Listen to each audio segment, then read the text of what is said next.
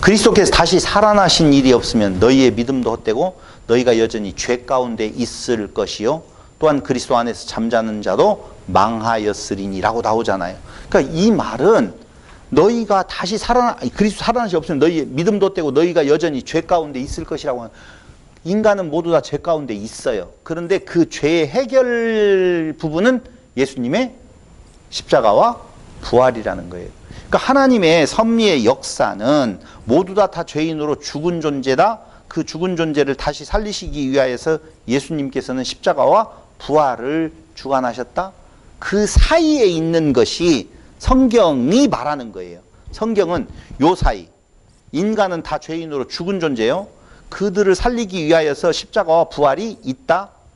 그 사이에 대한 내용, 그 사이에 역사하시는 하나님의 섭리가 계시된 것이 바로 성경이라 이렇게 말할 수가 있다는 것이죠. 지난번에 이야기했죠. 실낙원. 낙원을 잃어버렸어요. 근데 궁극적으로는 어떻게 가야 돼요? 원래는 쉴낙원으로 주셨는데 쉬지 못하고 실낙원을 잃어버렸어요. 그럼 이제는요, 등낙원. 그러겠죠? 등낙원으로 그냥 가야 돼요. 그게 계시록 21장 1절로 8절이에요.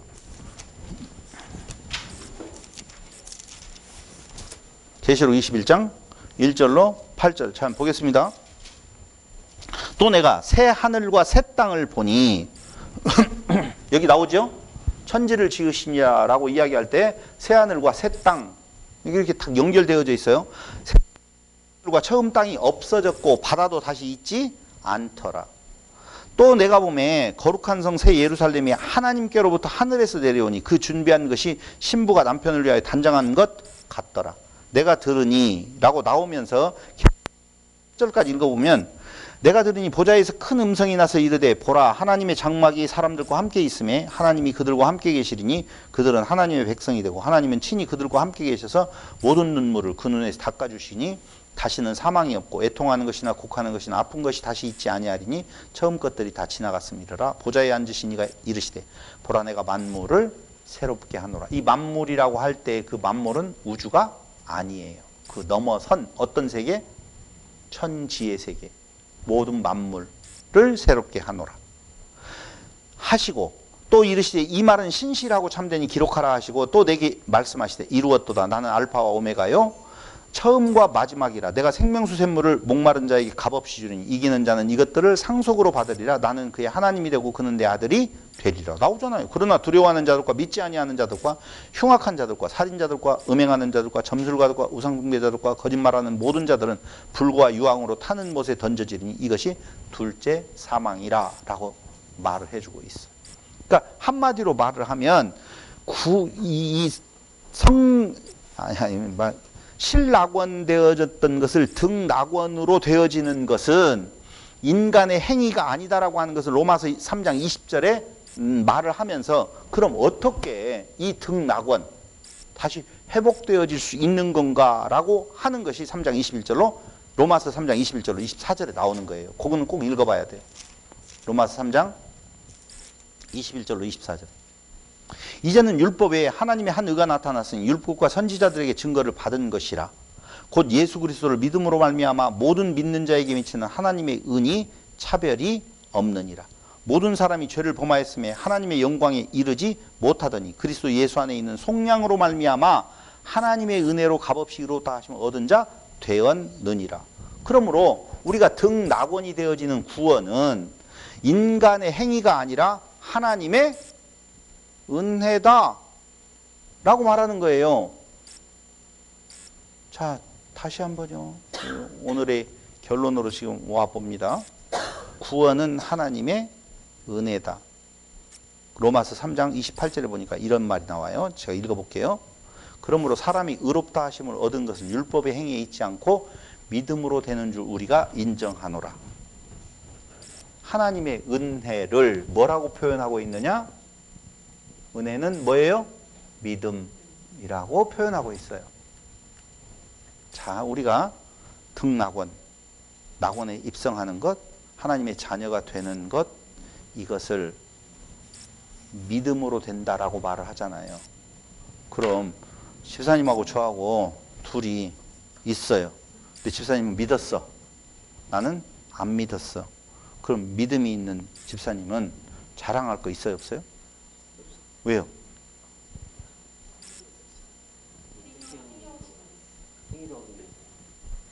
너는 안 믿었잖아.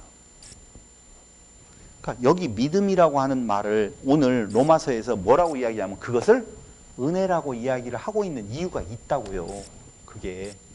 이게 무슨 말이냐면요. 자랑할 것이 하나님 앞에서는 없는데 사람 앞에서 있다고 봐요. 자랑해야 되죠. 나오죠. 무슨 자랑이 나올까요? 아, 그렇군요. 나만 은혜 받았다.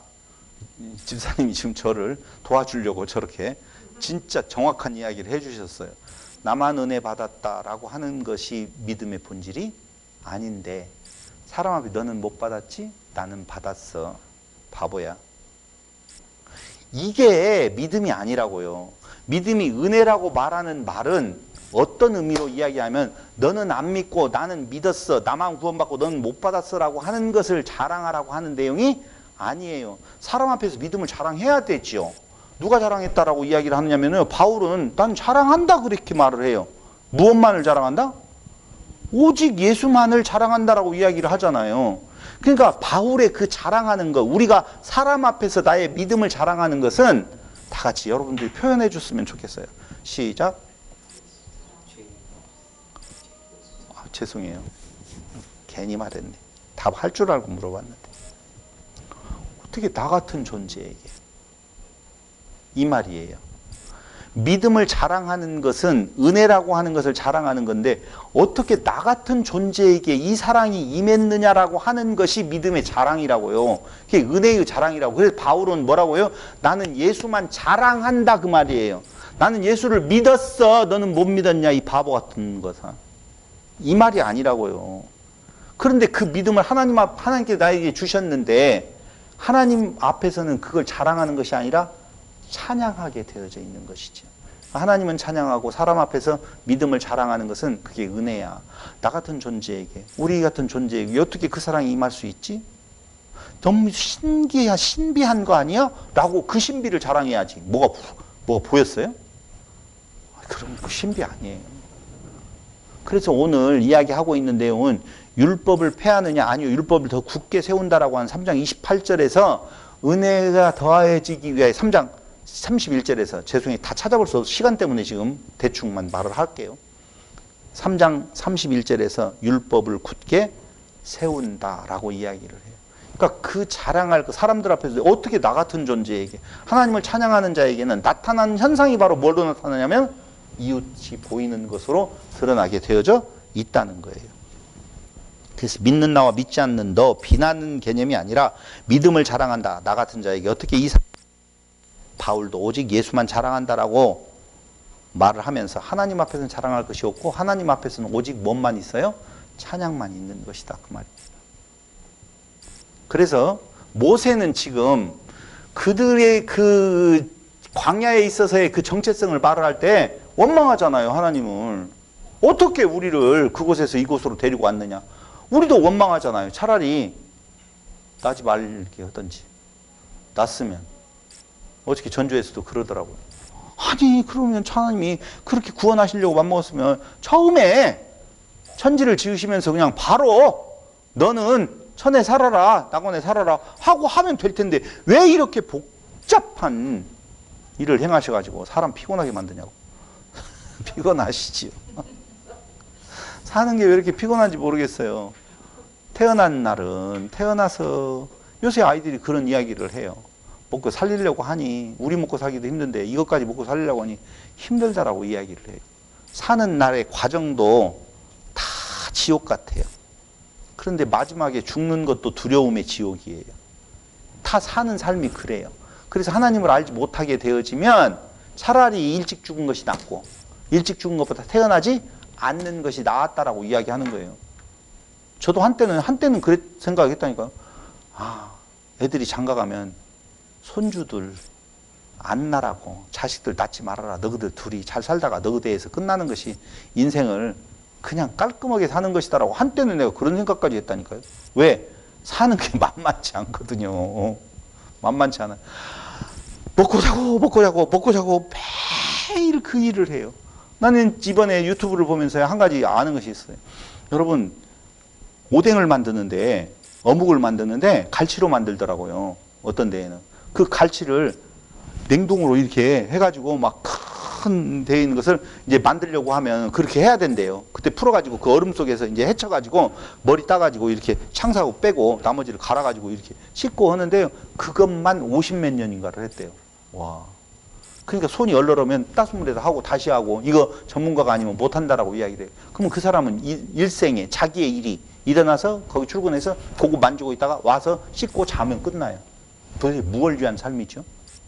자식을 위해서 그랬다고요? 자식한테 잘 물려주려고 자식 잘 물려줬어요. 그랬더니 자식은 내 삶과 같지 아니하고 진짜 의미 있게 살던가요? 의미 있게 살지 않잖아요. 걔도 똑같이 톨게이트에 가서 일을 해야 되잖아요. 어쩔 수 없잖아요. 어쩔 수 없잖아요. 도대체 왜 우리는 이걸 사는 것이지? 그럼 결국은 그 결과로 얻어진 물질이 먹고 마시고 입을 거 외에 다른 거 있어요? 남을 위해서 쓰려고 보니까 아깝잖아. 어떻게 했어요, 그걸? 그러니까 내가 먹고 마시고 입고 그러다가 배에만 살만 두룩두룩 쳐지. 그게 우리의 인생인 것 같더라, 그 말입니다. 그런데 마지막에는 죽음의 공포까지도 같이 온다면 차라리 안 사는 게 낫다. 근데 바울은 희한한 고백을 해요. 내가 떠나서 그리스도와 함께 있는 것이 내게 더 좋을진데 나는 이 땅 위에 있어서 너희에게 복음을 전할 수 있어서 좋다. 근데 이런 말들은 귀에 안 들어와. 안 들어온다니까? 다른 것만 들어와요. 잘 먹고 잘 사는 것만 해가지고 하는 걸로 생각을 한다. 근데 바울은 더 좋은 것을 포기하고 이 땅 위에 그 고통스러운 날들, 고통스럽지 않았겠어요? 바울은 이 땅 위에 있으면 계속적으로 고난이 오는데, 그런데 그 고난도 내게 좋은 이유는 너희들에게 세상의 진짜가 무엇인지, 참 가치가 무엇인지, 너희의 우리의 정체성이 무엇인지를 가르쳐 주는 것이 내게 있어서 더 좋다. 그게 뭐예요? 그 이웃을 내 몸과 같이 사랑하는 마음이 그 안에 싹 텄다는 거 아니겠어요? 그런 내용이에요. 그래서 오늘 모세는 그 정체성을 지금 그 현실 앞에 있는 그 힘든 상황에서 좀 벗어나서 우리를 이곳까지 인도하신 하나님이 누구이신 건가? 우리는 도대체 어떤 존재였었던 건가? 우리 존재는 그 내용이나 똑같잖아요. 애굽에 종살이했던 존재로서 이 모습을 다시 한번 상기시키면서 우리가 가야 될 그 땅은 그곳에 가서 우리 잘 먹고 잘 살다 젖과 꿀이 흐르긴 뭔 흘러요. 그렇게 흘렀으면 아브라함이 그 땅에 딱 왔었을 때 흉년이 들어가지고 애굽으로 내려갔겠어? 우리 착각을 하고 있는 거예요. 그 젖과 꿀이 흐르는 땅이 그런 의미가 아니거든요. 그런데 그곳에 가야 될 의미는 우리 민족이 이 민족 모여가지고 똘똘하게 뭉쳐서 잘 먹고 잘 사는 거, 잘 먹고 잘 살기 위해서 가다가 다 죽었잖아. 무슨 의미가 있어요, 도대체? 의미 없잖아요. 그런데 그것이 복의 근원의 민족으로서 이웃이라고 하는 그 너머의 나라에 그 안에서에 대한 내용이 실현되어지는 하나님의 뜻을 이루는 데 있어서 중요한 도구로 쓰임받는 그 정체성을 그들에게 이야기하면서 우리는 가자라고 하는 거예요. 우리의 삶의 의미가 그런 데 있지 않겠어요? 지금 남아있는 삶을 무엇을 위해서 살 거예요? 또 하루 지나고 또 하루 지나면 그 일에 대한 쳇바퀴 도는 반복적인 상황일 거예요.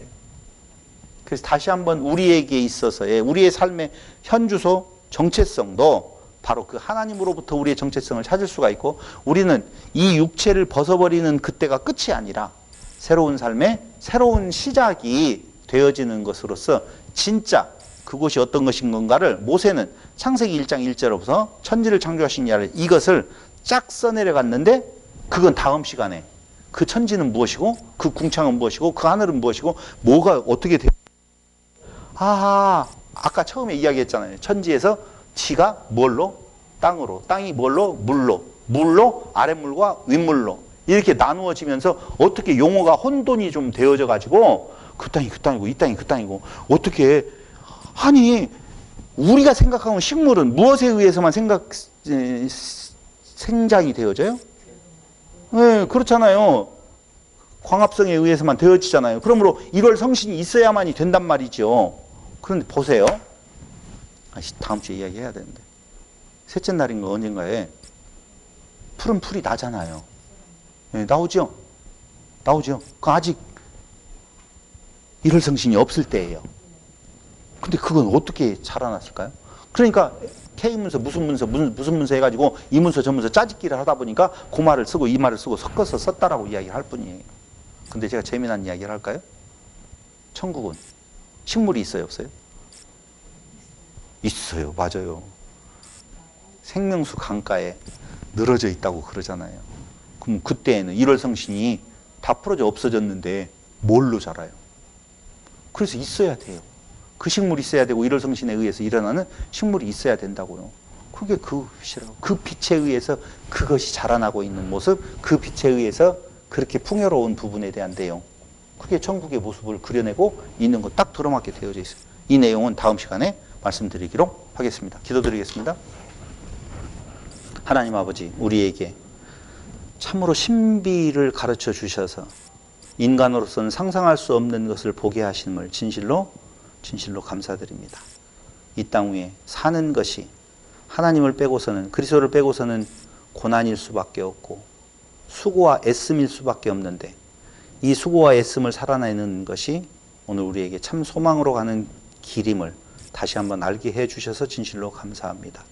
우리가 하나님의 은혜를 아무 값없이 받아서 기쁨으로 살고 있는 때에 이웃이 보이게 하시고, 우리의 삶의 진정한 의미를 하나님의 뜻 안에서 실현해 나아가는 아름다운 성도들이 되게 하여 주시기를 예수님의 이름으로 기도드립니다. 아멘.